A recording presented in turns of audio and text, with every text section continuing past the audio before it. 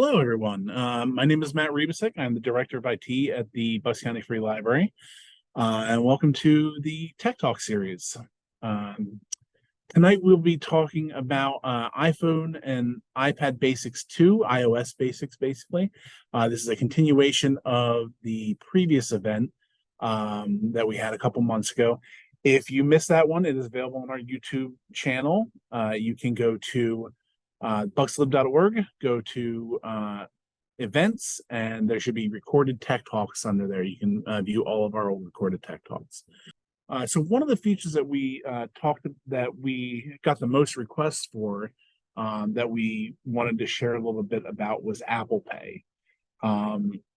Some of the settings for Apple Pay are fairly easy, and it's accepted almost anywhere that new electronic payments are taken. If you keep an eye out for this logo, you'll know that you are able to use Apple Pay on your iDevice, and any of the current iPhones, and I think down to like 12, have the ability to do NFC in the wallet. Before that, I'm not entirely sure, but you can check your settings and see if you have it available to you. So to do that, you would go to the Settings app on your iPhone. About 3/4 of the way down there, you see Wallet and Apple Pay. By clicking on that, you'll get to the second screen. In here, you have the ability to turn on all of the settings for Wallet and Apple Pay. You can add your credit cards in to the app here. It takes almost all major banks and even some smaller banks. I personally bank at a smaller local bank. I still can add my card in here. It's a pretty standard feature now for most banks. By adding them in here, it allows you to use your phone as your credit card anywhere you see that symbol, this symbol. Instead of inserting your credit card into the machine, what you would do is by setting in the middle screen here, by setting the double click side button to green, if you double click your power button or your side button, it will bring up the third screen you see here, which shows your available credit cards. By selecting the credit card you want and then holding your device against the credit card reader, you can use your credit card through your phone without having to get your wallet out, without having to show anybody if you have cash in it. It's a little bit more secure and makes it much easier. I don't even carry my wallet most of the time. I leave it in the car. So this will work for any purchases that you make on your phone, and will also work for any purchases you make in person. So you can use it for both electronic and physical shopping. You don't need to open it up when you're using when you choose Apple Pay through an electronic option. It'll be automatic. It'll bring it up and let you pick the credit card you want, and you can use it that way. And I think that's pretty much it for Apple Pay. Next, we are going to talk about notifications. So one of the things that I get asked about a lot is how to manage how many notifications come up on a device. You'll have an entire home screen that's just covered with notifications. Notifications are always customizable. You can change them however you like.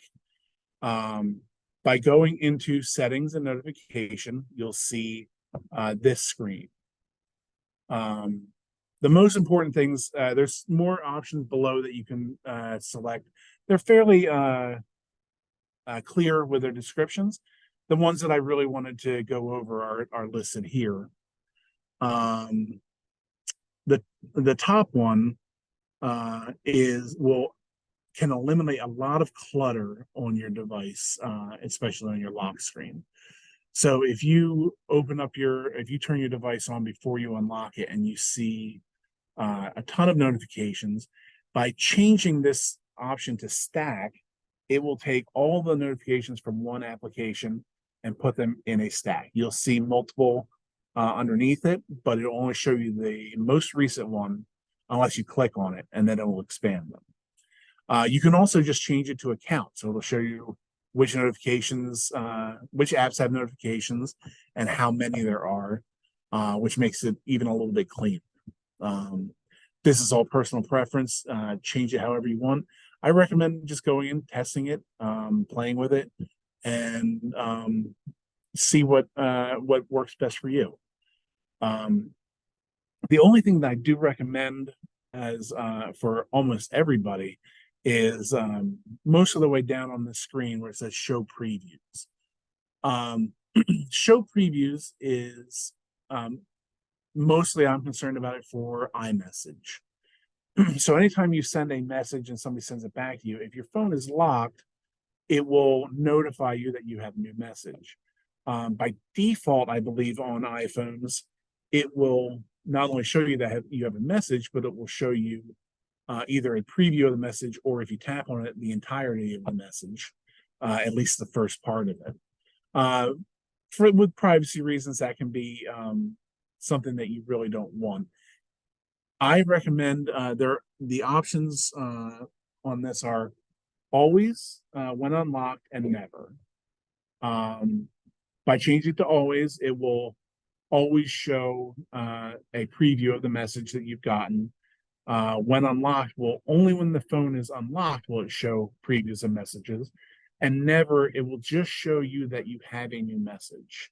It won't say who it's from, it won't say what it is, it will just tell you that there's something waiting for you. You have to unlock your phone and go into it to find out.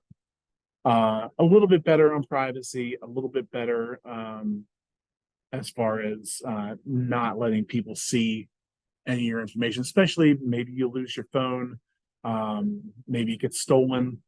Nobody can see who's contacting you, what they want, get any personal information from you.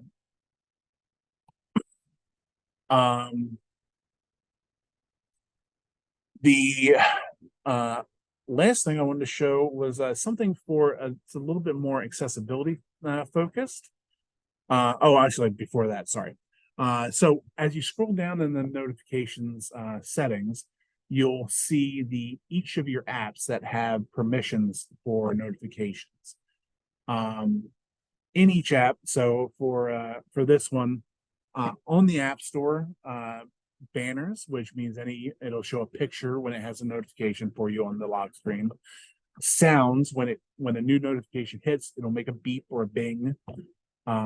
Badges means that the little app icon on your phone will have like a 1 next to it. And then announce, if you have headphones in, Siri will actually tell you that you have a new notification from the application. By going into each of these apps, you can select which ones that you want, turn them off, turn them on, and it allows you to customize if a app that you've installed for one purpose is being overly pushy, you can go in and completely silence it. You never have to hear from it again. Conversely, if there's an app that like messages that you always want to tell you, if you're expecting important text messages, you can go in and give it all the rights in the world, and it will continue to display them for you so that you don't miss anything. And then now the last one I wanted to go over was an accessibility feature that Apple has introduced. If you go into accessibility and then audio visual, at the bottom under visual, there's LED flash for alerts. This will not only with the rest of the notifications I was just showing you, but if you get a new message, it will flash the flash on your phone, the LED flash, for pictures to allow you to see that you have a notification instead of hearing it. Very helpful for people who are hard of hearing, and also very helpful if you happen to have headphones on a lot, or if you take phone calls and you have earbuds in that are not connected to your Apple device. You can see these notifications happen, and you won't miss hearing a sound or seeing a badge that doesn't flash quite the same way. Okay, so that is what we had for notifications. The next thing I wanted to show was a little bit about organizing and cleaning up your phone. So a lot of people are unclear about they just have pages and pages of apps and they don't know where anything is. I've organized my phone here to show you a bit about how you can move things around and make it so it's more yours and you can quickly navigate it rather than searching every time you have to find something. So my most used apps I have at the top here as single apps: Google Maps, the Weather Channel, and the clock. If you want to move them by clicking and holding on an app for long enough, all the apps will begin to wiggle and vibrate. Once that is happening, you can touch and drag to move an app anywhere you want on the screen. Unfortunately, with Apple, it will always skew to the top. There's no way to put them in the different corners or anything. But when it's in this mode also, you can drag them together to make a new folder. So if I were to drag Google Maps onto Photos and release, it now makes a new category that it calls navigation. You can also change the name of this category if you want at the top by clicking that X. That will allow you to type in a new name for this, whatever you want, whatever makes sense to you. Now, say you've done this accidentally, and now you have two apps grouped together that you don't want to. By going back into this move mode, the wiggling, you can click and move and just drag it out, and now that goes away, and you can place it back on your home screen or into another folder, however you want to do it. The other thing that this mode is handy for is deletion of applications. So if I wanted to get rid of the Weather Channel, to the top left of that app icon, there's a gray minus sign. By touching that, I have the ability to delete the app or just remove it from the home screen if I don't want to see it anymore. So if I remove it from the home screen, it's now gone. I don't see it anymore. However, it's still installed on the phone.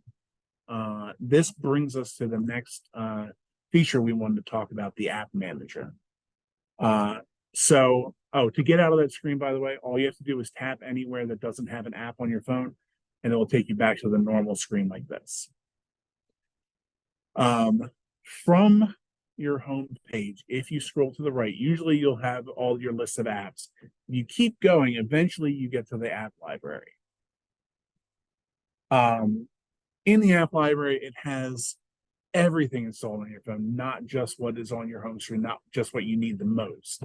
So if you have an app that you don't use very often, you don't want it on your home screen cluttering things up, you can remove it from the home screen, just access it through the app library. There's three ways to navigate this. One, you can scroll through this list of apps here. It will show you categories that it has made. And say, I think my app is under Utilities. I can click in the bottom right of Utilities, and it will show all of my utility apps, and I can pick from there. By clicking outside of that, it minimizes it again. If you know the name of the app that you want, you can click on the top and do a search. This also brings up the third way to search, which is an alphabetical order. So if you know the general name of it, what the first letter is, you can scroll down to what you think it is, find it that way, and open it that way. Okay, so that is the app library. Simple, but not a lot of people know how to use it, so we thought we'd talk about it today. Let's see. A lot of people already know this one, but the next one I want to talk about is the alarm feature. A lot of people will use their phone as a wake up tool, or I also use alarms just for reminding me that I have to start something. If a meeting is coming up, I'll set an alarm for 5 minutes before so that I'm ready. It'll notify me I'm ready for something to start. You can get to your alarms through the clock app, and by clicking the plus at the top right, it allows you to make a new alarm. You have the option to have it repeat, label it something specific.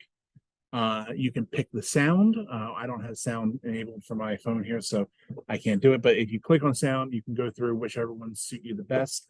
And you also have the option to turn the snooze off if that is a problem for you. I know a lot of people that it is. The other thing you can do is use Siri by holding the power button on the right side of the newest phones. Siri will come up and you can say, set my alarm for whatever time. It will give you a confirmation and it will turn the alarm on for you. Very useful for late at night when you're ready to go to bed and you don't want to play with looking through your phone for something. And the last thing I really wanted to go over was medical ID.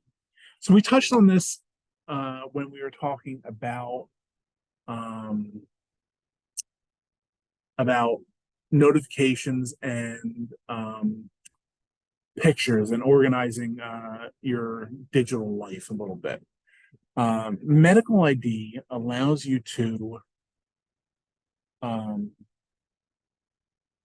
have the option to give first responders and people who you need assistance from your medical ID at a touch. So without having your phone on, without having it unlocked, you can set up a list of your medical information that anybody can access, and if they have your phone physically, and it can be very helpful in a life or death situation.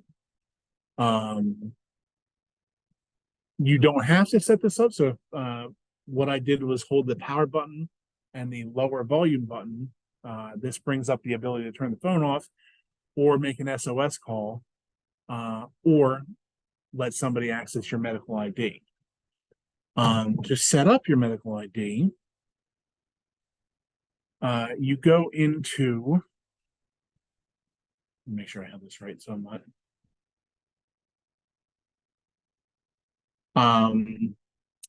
Go into settings and then health. And halfway down there is a medical ID button. Let me show that real quick.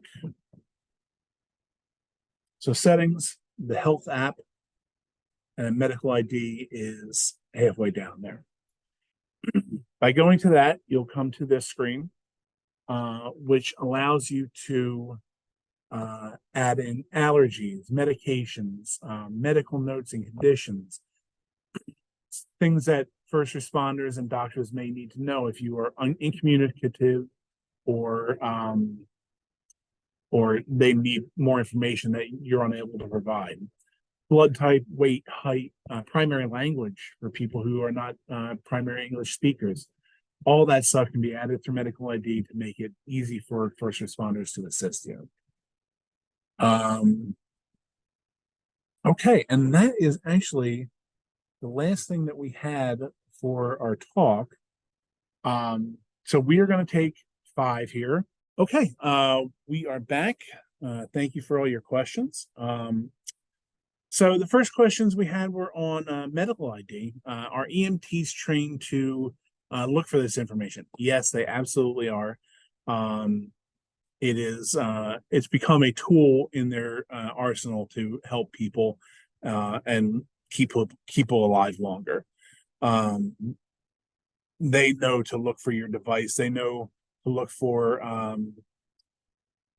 also in this app we'll have an ICE in case of emergency contact, which allows them to contact your next kin, anybody who you want to have access to you when you are being helped by emergency medical technicians. Next questions we had were on Apple Pay. Can I use Apple Pay with an Apple Watch? Yes, you can. Once it's set up, all you have to do on the Apple Watch is hold. Is it a hold or press? Double tap the bottom button on the right. That will bring up the Apple Pay app and allow you to pay. It does need to be configured before you can do that. To configure it, you go to the Apple Watch app, scroll down to Wallet and Pay, and then a list of the cards in your Apple Wallet will show up. When you press to add, it will add them in, but you have to put in your verification code, the security code on the credit card to allow it to be access to your new watch. Security feature to make sure that your credit cards aren't able to be connected to a new watch that might not be yours. Is Apple Pay safe? Generally, any kind of payment app that's done through a phone is much safer even than the credit card itself. They use a more robust encryption system. They use NFC technology, which is more secure than especially the magnetic strip and even the chips that they have now. By using the Apple as a third party, basically, you put another layer of protection against between yourself and anybody who might be trying to scam you. Obviously, anytime you use electronic payment, you are opening yourself to some type of risk. But it is the society we live in now. Unless you want to use full cash, you're going to deal with it somehow. That's just the world we live in, unfortunately. The difference between sharing my library and my albums in the photo app. So in the Photos app, you have the ability to make albums. So, say you go to a party, you take 60 photos of everybody there, everything that happened, and some people that you know weren't able to make it. By taking all those photos and making a new album, putting all those photos in, you have the ability to share that album instantly with anybody else who has an iPhone. By sending them by clicking add and on the album and sending them a invite, they have the ability to accept, and then they can see every photo that you put in that album.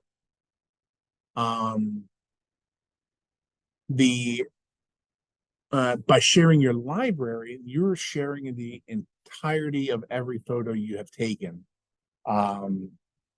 And you may not want to do that. So the library would be every photo you have. The album would just be the album that you are trying to share with them. I recommend using albums if you use your iPhone for taking pictures a lot.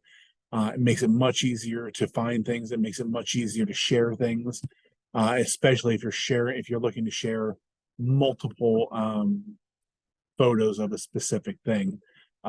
Sending sending photos individually over iMessage is fine if you're only sending one or two. Once you get above 3 or 4, it gets clunky and a little bit hard to manage. Why can't I access the library on my iPad? Unfortunately, I can't answer that without being able to see it. I would recommend going to buckslib.org/live help.